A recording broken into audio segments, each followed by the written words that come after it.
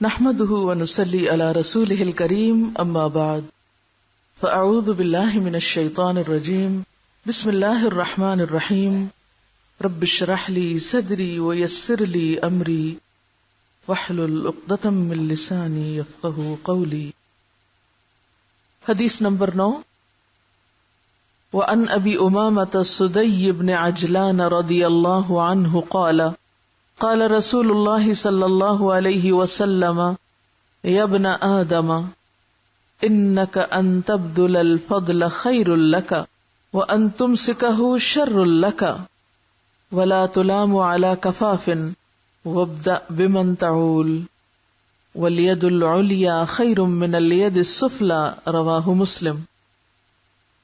عن ابی امامة سدی بن عجلان رضی اللہ عنہ، ابو امامہ سدی بن عجلان رضی اللہ عنہ سے روایت ہے، قال انہوں نے کہا، قال رسول اللہ صلی اللہ علیہ وسلم، رسول اللہ صلی اللہ علیہ وسلم نے فرمایا، یا ابن آدم، اے آدم کے بیٹے، اے آدم کی اولاد، انکا بے شک تو، ان یہ کہ، تبذلا تو خرچ کر دے، الفضل زائد از ضرورت یعنی مال کو، خیرن بہتر ہے، لکا تیرے لیے، وان اور یہ کہ، تم سے کہو تو روکے اس کو، شر لکا برا ہے تیرے لیے، ولا اور نہ، تلامو تو ملامت کیا جائے گا، علا اوپر،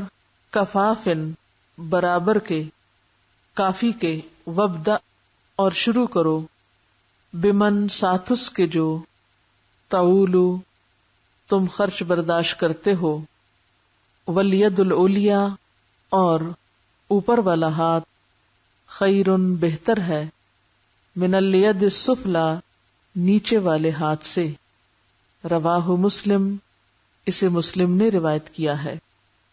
حضرت ابو امامہ سدی بن عجلان رضی اللہ عنہ سے روایت ہے، رسول اللہ صلی اللہ علیہ وسلم نے فرمایا، اے ابن آدم، اگر تو زائد از ضرورت مال خرچ کر دے گا تو یہ تیرے لیے بہتر ہوگا، اور اگر تو اسے روک کر رکھے گا تو یہ تیرے لیے برا ہوگا، اور تجھے برابر سرابر روزی پر ملامت نہیں کی جائے گی. یعنی کافی رزق جو تمہارے لیے ضرورت ہے تو تمہاری ضروریات کے لیے جو تم روک کے رکھتے ہو تو اس پر تمہیں کچھ نہیں کہا جائے گا، اور ابتدا اپنے اہل و عیال کے ساتھ کرو، اور اوپر والا ہاتھ نیچے والے ہاتھ سے بہتر ہے. اس حدیث میں ہمیں مال خرچ کرنے کے بارے میں ایک اہم ہدایت دی گئی ہے. وہ کیا ہے کہ یا ابن آدم، اے اولاد آدم، انک ان تبذل الفضل خیر لک، کہ زائد از ضرورت مال سینت سینت کے نہ رکھو، جمع کر کر کے نہ رکھو، اسے خرچ کرو تو وہ تمہارے حق میں بہتر ہے. اب خرچ کرنے کی کئی قسمیں، ایک تو یہ کہ انسان صدقہ کر دے، ایک یہ کہ انسان اس کو انویسٹ کرے تو اس میں بھی خرچ ہوگا نا، رسک پہ چلا جائے گا مال، اس میں بھی انڈائریکٹلی اور لوگوں کا بھلا ہوگا. جس چیز پر ملامت کی گئی ہے وہ یہ کہ انسان مال اس طرح سمیٹ کے رکھ دے کہ اس سے کوئی بھی فائدہ نہ اٹھائے. متقی لوگ کون ہیں؟ وَمِمَّا رَزَقْنَاهُمْ يُنْفِقُونَ، جو ہم نے ان کو دیا ہے اس میں سے وہ خرچ کرتے ہیں. اسلام کا مزاج مال کو بند کر کے رکھنا نہیں ہے، بلکہ مال کی سرکولیشن کا ہونا ہے، کہ مال سرکولیٹ ہوتا رہے، روکا نہ جائے بلکہ معاشرے کے اندر استعمال ہو، خواہ وہ صدقے کی صورت میں، خواہ وہ تجارت کی صورت میں، خواہ وہ کسی بھی اور شکل میں، وہ روٹیٹ ہوتا رہے، اس سے لوگ فائدہ اٹھاتے رہیں، اور اس کے ساتھ ساتھ انسان اپنی ضروریات کے لیے بھی بچا کے رکھے. اور اس میں کوئی لمٹ نہیں بتائی گئی، 1%، 2%، 3%، 10%. ہر شخص کے حالات مختلف ہو سکتے ہیں، اس کا معاملہ مختلف ہو سکتا ہے. ایک شخص اکیلا ہے تو اس کی ضروریات مختلف ہیں، ایک شخص اہل و عیال والا ہے تو اس کی ضروریات اور ہیں، ایک شخص اہل و عیال بھی رکھتا ہے، بیمار بھی، اس کی ضروریات اور ہیں، ایک شخص معذور ہے، اس کی ضروریات اور ہیں. تو یہ ہر ایک شخص اپنے بارے میں خود سوچ سکتا ہے کہ کون سا مال وہ کس طرح استعمال کرے، کتنا روکے اور کتنا آگے انویسٹ کر دے اور کتنا آگے صدقہ خیرات میں دے، لیکن بخل کرنا ناپسندیدہ ہے. اور بخل کرنا کیا ہے؟ مال کو سمیٹ کے ایک جگہ ڈال دینا. جیسے آتا ہے سَيُطَوَّقُونَ مَا بَخِلُوا بِهِ يَوْمَ الْقِيَامَةِ، کہ جس مال کے ساتھ وہ بخل کرتے ہیں، نہ اس میں سے اللہ کا حق نکالتے ہیں، نہ بندوں کا، نہ کچھ خرچ کرتے ہیں، اسی مال کے وہ قیامت کے دن طوق پہنا دیے جائیں گے. اب اس میں وہ نہیں آتا کہ جو مثلاً آپ کو اگر مکان بنانا ہے تو آپ اکٹھا کر رہے ہیں، یا آپ نے کوئی کاروبار شروع کرنا ہے تو آپ کے پاس ایک سرٹن اماؤنٹ ہونی چاہیے، اور آپ انتظار اس وقت کا کر رہے ہیں کہ آپ فلاں وقت میں شروع کریں گے، اس سے پہلے آپ کے پاس اتنا مال ہونا چاہیے. یا آپ اپنے بچے کی تعلیم کے لیے رکھ رہے ہیں کہ میرے بچے کو پڑھنے کے لیے اتنے مال کی ضرورت ہوگی. یہ سارا کس میں آ جاتا ہے؟ ضروریات میں ہی آ جاتا ہے. لیکن ایک وہ مال ہے آپ اپنی ضروریات بھی پوری کر چکے ہیں، گھر بھی ہے رہنے کو، بچے بھی پڑھ چکے ہیں، کاروبار بھی چل رہے ہیں، اور جو اس کی آمدنی ہے وہ آپ اس طرح اکٹھی کر رہے ہیں کہ نہ اس سے خود فائدہ اٹھاتے ہیں اور نہ کوئی اور اگر کوئی اور فائدہ اٹھانا چاہے تو اسے کہتے ہیں اس پر مزید مال دو، یعنی سود پر پھر قرضہ دیتے ہیں. تو یہ چیز قابل ملامت ہے. یعنی کسی سوسائٹی میں مال کا محض چند لوگوں کے پاس چلے جانا اور صرف انہی کا اس سے فائدہ اٹھانا اور اس مال سے سارے معاشرے کو فائدہ نہ پہنچنا، یہ پسندیدہ نہیں ہے. اور فرمایا وَأَن تُمْسِكَهُ شَرٌّ لَكَ، اگر تم نے اس کو روک کے رکھا تو تمہارے لیے برا ہوگا. وَلَا تُلَامُ عَلَىٰ كَفَافٍ، کفاف کہتے ہیں اتنی روزی یا خوراک جو انسان کو لوگوں کے سامنے مانگنے یا ان کی محتاجی سے بے نیاز رکھے. اتنا مال اپنے کھانے پینے کے لیے، اپنی ضروریات پوری کرنے کے لیے، جیسے عام طور پہ ہم نے دیکھا ہوگا کہ گاؤں میں لوگ سال بھر کے لیے گندم لے کے رکھ دیتے ہیں، اپنی چینی، چاول، بہت سی اور چیزیں. تو انہیں پتا ہے کہ اس سال کا ہمارا بجٹ یہ ہمیں خرچ کرنا ہے، تو کوئی حرج نہیں، وہ رکھ سکتے. اتنا جو تمہاری ضروریات کا ہے اسے تم روک سکتے ہو تاکہ پھر تمہیں ملامت نہ کوئی کرے. کیونکہ قرآن پاک میں ایسے انفاق کے اوپر بھی مذمت کی گئی ہے کہ انسان اس کو دیکھ کے خود خالی ہاتھ بیٹھ جائے. فَتَقْعُدَ مَلُومًا مَحْسُورًا، پھر تم خود بھکاری بن جاؤ اور خود ہاتھ پھیلانے لگ جاؤ. تو یہ طریقہ بھی درست نہیں. وَابْدَأْ بِمَنْ تَعُولُ، اور جب خرچ کرنے لگو گے تو ابتدا کہاں سے کرو گے؟ ان سے کرو گے جن کی عیالداری تم پر عائد ہوتی ہے. تعول علی یولو کا مطلب ہوتا ہے خرچ برداشت کرنا، یعنی جس کا تمہیں خرچ برداشت کرنا ہی چاہیے. گویا دوسرے لفظوں میں فرائض کی ادائیگی سے ابتدا کرو. وَالْيَدُ الْعُلْيَا خَيْرٌ مِّنَ الْيَدِ السُّفْلَىٰ، اور اوپر والا ہاتھ یعنی دینے والا ہاتھ لینے والے ہاتھ یعنی نیچے والے ہاتھ سے بہتر ہوتا ہے. اللہ کا پسندیدہ ہاتھ وہ ہے جو دینے والا ہو، جو دیتا رہے. اور اس حدیث کو مسلم نے روایت کیا ہے. امید ہے سمجھ میں آ گئی ہوگی بات. نتیجہ کیا ہے، خلاصہ کیا ہے کہ اسلام میں مال کو روکنا، سمیٹنا، بند کر دینا، تجوریوں میں رکھ دینا، صرف لانگ ٹرم ڈپازٹ کرا دینا، یہ پسندیدہ نہیں. پسندیدہ کیا ہے؟ خود بھی استعمال کرو، رشتہ داروں کو بھی دو، اس کو آگے انویسٹ کرو، دوسروں تک اس کا فائدہ لے جاؤ. اور ابتدا کہاں سے کرو گے خرچ کرتے وقت؟ اپنی ذات سے، اپنے بچوں سے، اپنے گھر والوں سے، قریبی لوگوں سے، اور پھر اس کے بعد آگے سے آگے. لیکن اس سے اسلام کا ایک مجموعی یا ایک اجتماعی طور پر جو کانسیپٹ ہے مال کے کمانے اور دینے میں، وہ پتہ چلتا ہے. اسلام کا مال کے بارے میں کیا مزاج ہے، کیا مطلوب ہے، وہ بات سامنے آتی. تو مطلوب کیا ہے؟ زائد ضرورت استعمال کرو. حدیث نمبر 10. وعن انس رضی اللہ عنہ قال ما سئل رسول اللہ صلی اللہ علیہ وسلم علی الاسلام شیئا الا اعطاہ ولقد جاءہ رجل فاعطاہ غنما بین جبلین فرجع الى قومه فقال یا قوم اسلموا فان محمد يعطي عطاء من لا يخشى الفقر وإن كان الرجل ليسلم ما يريد إلا الدنيا فما يلبث الا يسيرا حتى يكون الاسلام احب اليه من الدنيا وما عليها، رواہ مسلم۔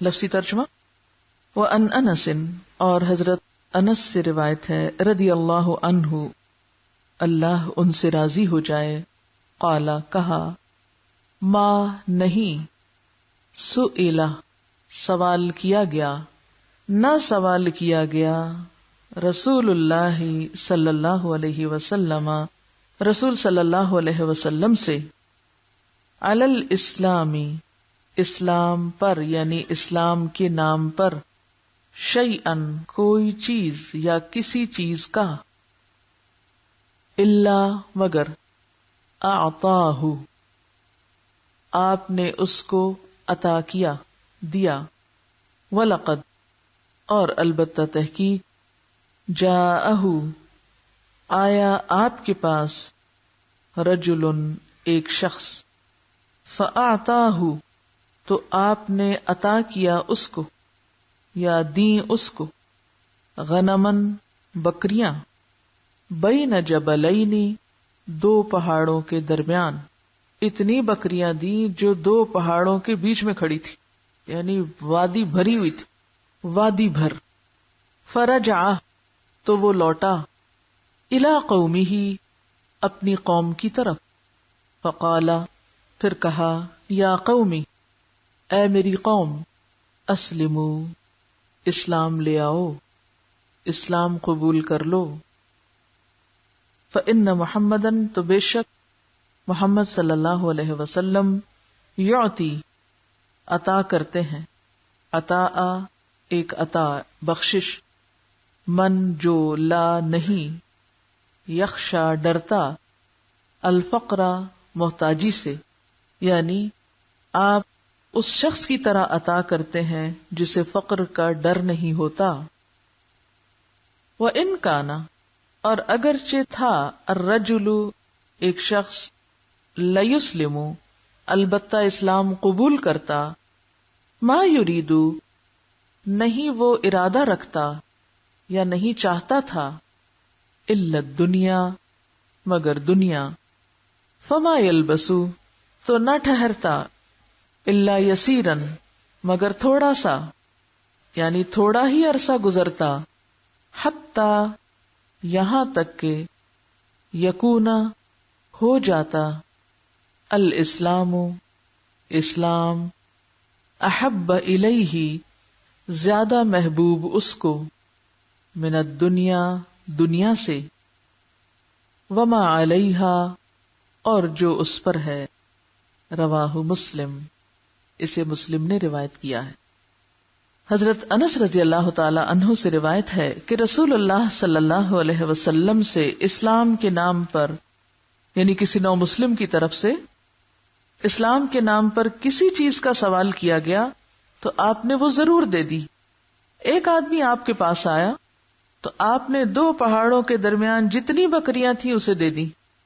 وہ اپنی قوم کے پاس گیا اور جا کر کہا، اے میری قوم، اسلام قبول کر لو، اس لیے کہ محمد صلی اللہ علیہ وسلم اس شخص کی طرح عطا کرتے ہیں جسے فقر کا اندیشہ نہیں ہوتا، جو بھوکا ہونے سے ڈرتا نہیں۔ یقیناً ایک آدمی صرف دنیا حاصل کرنے کی غرض سے اسلام قبول کرتا، لیکن تھوڑا ہی عرصہ گزرتا کہ اسلام اسے دنیا میں موجود تمام چیزوں سے زیادہ محبوب ہو جاتا۔ اسے مسلم نے روایت کیا ہے۔ آپ کی دریا دلی دیکھیے، ہم کیا باب پڑھ رہے ہیں؟ باب الکرمی والجودی اور والانفاقی۔ کہاں؟ فی وجوہ الخیری، کیسے؟ ثقتم باللہ تعالی، تو جس کا اللہ پر بھروسہ ہوتا ہے، جو اللہ پر توکل کرتا ہے، وہی اتنا فراخ دل ہو سکتا ہے۔ اور پھر وجوہ الخیر، بہت سے طریقے ہیں نیکی کرنے کے، اور کرم اور جود اور انفاق، یہ سب کچھ اکٹھا دیکھنا ہے تو آپ صلی اللہ علیہ وسلم کی ذات میں دیکھیے، جن کو ہم سب کیا کہتے ہیں، کیا مانتے ہیں، کیا مانتے ہیں؟ وہ ہمارے لیے کیا ہیں؟ اسوہ حسنہ، لیکن ہم کہاں اور وہ کہاں. باقی ساری نسبتیں ہیں سوائے عمل کی نسبت کی. امت ہونے پہ بھی فخر ہے، نام بھی رکھ لیتے ہیں آپ جیسا، اور محبت کے دعوے بھی ہیں. ایک نہیں ہے تو عمل.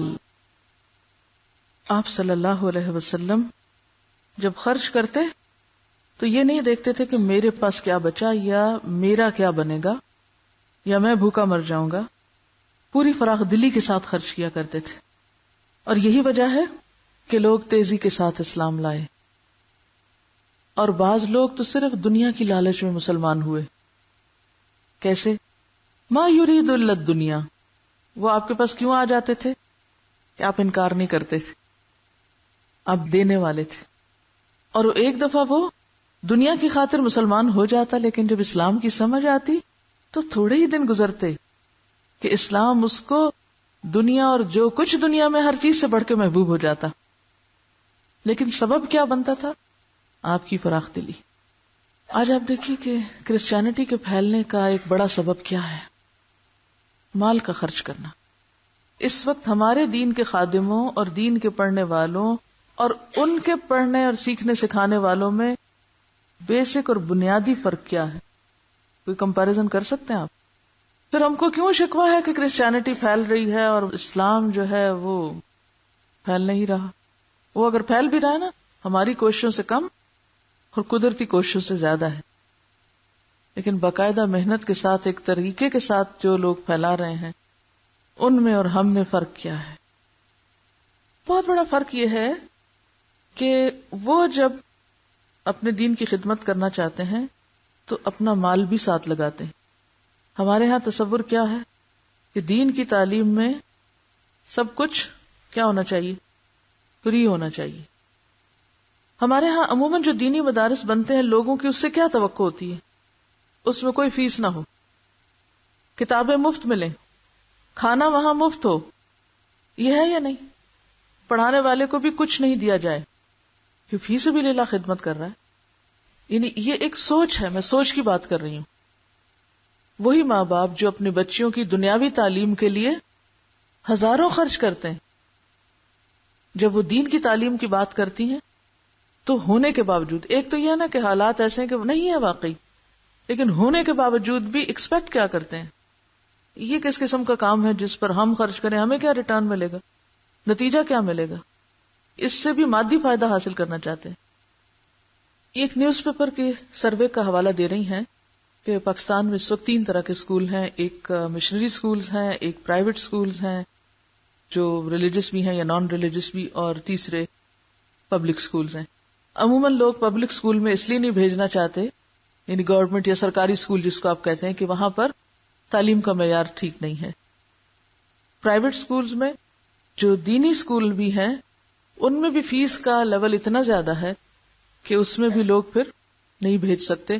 اور تیسرے رہ گئے مشنری اسکول، اس میں ایجوکیشن اچھی ہے، فیس کم ہے.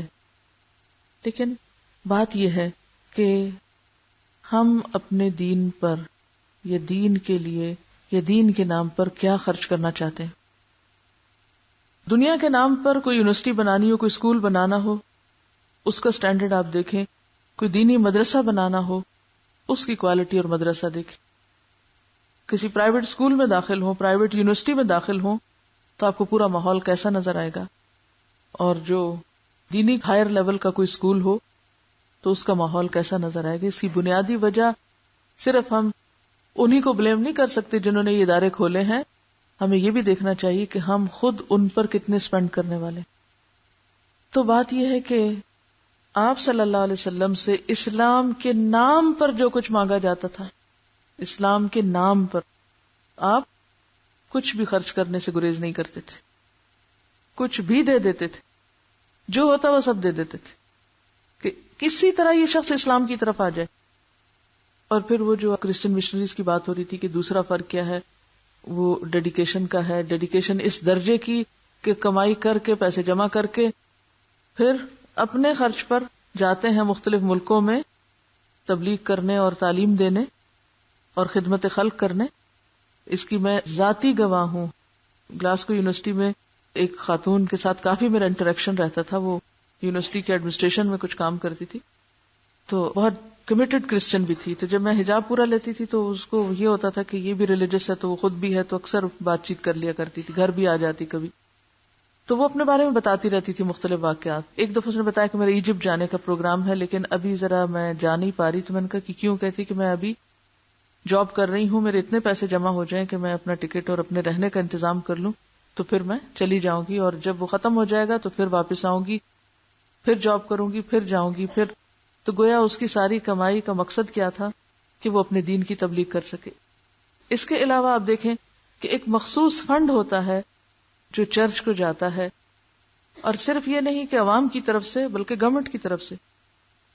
کینیڈا میں بھی اس وقت کیتھولک چرچ جو ہے اس کا اسکول بورڈ ہے، اور جو لوگ ٹیکسز دیتے ہیں اس پہ پوچھا جاتا ہے کہ آپ کس کو اپنا ٹیکس جو ہے، یعنی اسکولوں کے مد میں جو ٹیکس جاتا ہے کس کو دینا چاہتے ہیں، پیل بورڈ کو دینا چاہتے ہیں یا آپ کیتھولک بورڈ کو دینا چاہتے ہیں. تو عوام کی طرف سے بھی گورنمنٹ کی طرف سے بھی باقاعدہ فنڈز ہوتے ہیں، اور ان سب سے بہترین تعلیم کے ادارے بنے ہوئے ہیں. آج اگر مسلم اسکول نام کے ادارے ہم نے بنائے بھی ہیں تو ہم سب کو پھر سوچنا چاہیے کہ اس میں اکیڈیمکلی ہم کتنے آگے ہیں یا کتنے ساؤنڈ ہیں، یا اس پر ہماری توجہ کتنی ہے. بہت سے اسلامک اسکولز کا مطلب کیا ہے؟ قرآن حفظ کر دو، اخلاق ہے یا نہیں ہے، اور پھر بس دین کا نام لگانا بھی کافی ہے. یہ چند کتابیں دین کی زیادہ پڑھا دو جو عام پبلک اسکولوں میں نہیں پڑھائی جاتی. تو ہمیں اپنے طریقوں اور رویوں کا جائزہ لینا ہوگا، اور اس میں سب سے بڑی بات یہی ہے کہ پھر وہ جو بخل اور حسد اور شح اور ایک دوسرے کی کاٹ جو ہے وہ ایک الگ مصیبت ہے. تو اس کے برعکس نبی صلی اللہ علیہ وسلم کیا کرتے تھے؟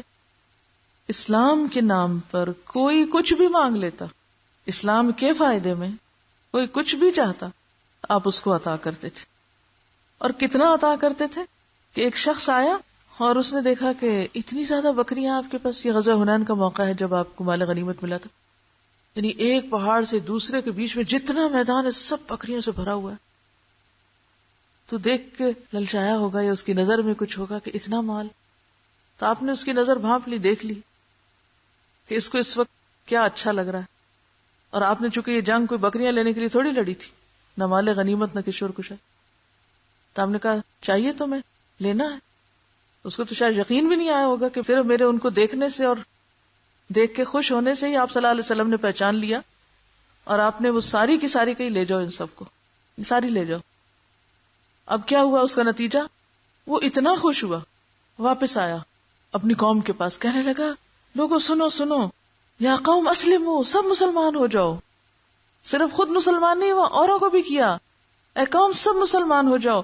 دیکھو محمد صلی اللہ علیہ وسلم تو اتنا دیتے ہیں کہ اپنے پاس کچھ بھی نہیں چھوڑتے، اور انہیں اس بات کا ڈر نہیں ہوتا کہ میرا کیا بنے گا. اور آپ صلی اللہ علیہ وسلم کے اس اخلاق سے متاثر ہو کر بہت سے لوگ مسلمان ہوئے، اور شروع میں وہ دنیا کے لیے ہوتے، لیکن تھوڑا ہی وقت گزرتا کہ انہیں اسلام سے اتنی محبت ہو جاتی کہ وہ مال وال کی سب محبت پیچھے چلی جاتی، اور وہ اپنا وہ سارا مال پھر اسلام ہی کے لیے قربان کرنے لگتے. آپ کو معلوم ہے کہ آپ صلی اللہ علیہ وسلم نے جب مدینہ ہجرت کی 200 لوگ تھے ساتھ آپ کے. صلح حدیبیہ میں 1400 لوگ تھے. 2 سال بعد مکہ فتح ہوا، 10,000 لوگ تھے. 2 سال بعد حجۃ الوداع ہوا، 1,40,000 لوگ تھے. یہ کیسے مسلمان ہو گئے؟ یہ اسی اخلاق سے، عفو و درگزر سے، مال خرچ کرنے سے، اپنے سے بڑھ کر دوسروں کو ترجیح دینے سے، دل کی وسعت سے. اسلام کی وسعت ہوتی ہے کس سے؟ دل کی وسعت سے، نگاہ کی وسعت سے. اور اگر دلوں میں وسعت نہیں اور ایک دوسرے کی کاٹ ہے پھر دین نہیں پھیل سکتا. اور اس کا آغاز اور ابتدا قربانیوں سے ہوتی ہے. اور سب سے پہلی قربانی کس کی تھی؟ دین کی خاطر مال خرچ کرنے میں ایک خاتون کی، حضرت خدیجہ کی، جنہوں نے اپنا بہترین مال دین کی خاطر قربان کیا تھا، جو اتنی مالدار تھیں کہ پورے مکہ کی مالدار ترین خاتون تھی. اور پھر اس کے بعد حضرت ابوبکر جو ایک جنگ کے موقع پر آپ کو مشہور قصہ یاد ہے، سارے گھر کا سامان اٹھا کے لے آئے تھے. آج دین کے نام پر اور دین کی خاطر اور دین کی تعلیم اور دین کی تبلیغ اور دین کے پھیلاؤ کے لیے ہم میں سے کتنے لوگ ہیں جو اس اخلاق کے مالک ہو، جو ایسی قربانی کرنا چاہتے. پھر ہم کہیں دین غریب ہے اور دین جو ہے وہ ریجیکٹڈ ہے لوگوں کے ہاں، کوئی کوالٹی نہیں. بنیادی وجہ یہی ہے کہ نہ اس کی ہمیں ضرورت محسوس ہوتی اور نہ ہی ہم اس کے لیے کچھ صحیح طور پر پلاننگ کرتے ہیں اور نہ ہی اس کے لیے پہلے سیکھتے ہیں صحیح اور پھر نہ صحیح سکھاتے ہیں.